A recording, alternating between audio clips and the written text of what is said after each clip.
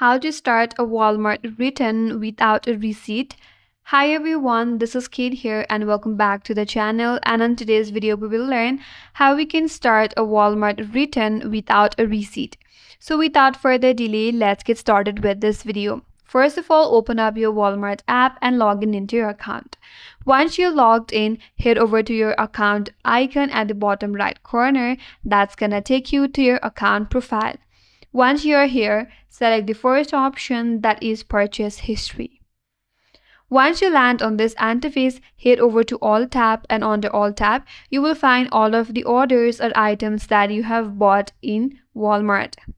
But in case if your item is not listed or if you have bought it in store without signing in, then you have to tap Start a Return manually, or you have to head over to Help page and there head over to Returns and Refund.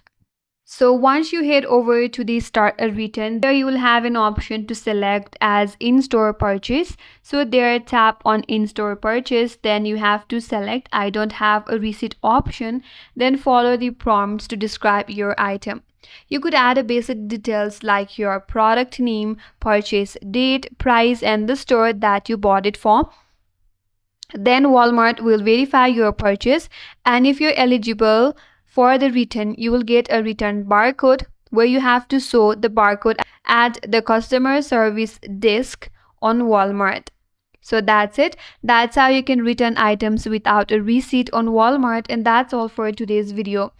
Hope this video was helpful, and if you're new to our channel, consider subscribing. Thank you for watching. Stay tuned for more videos.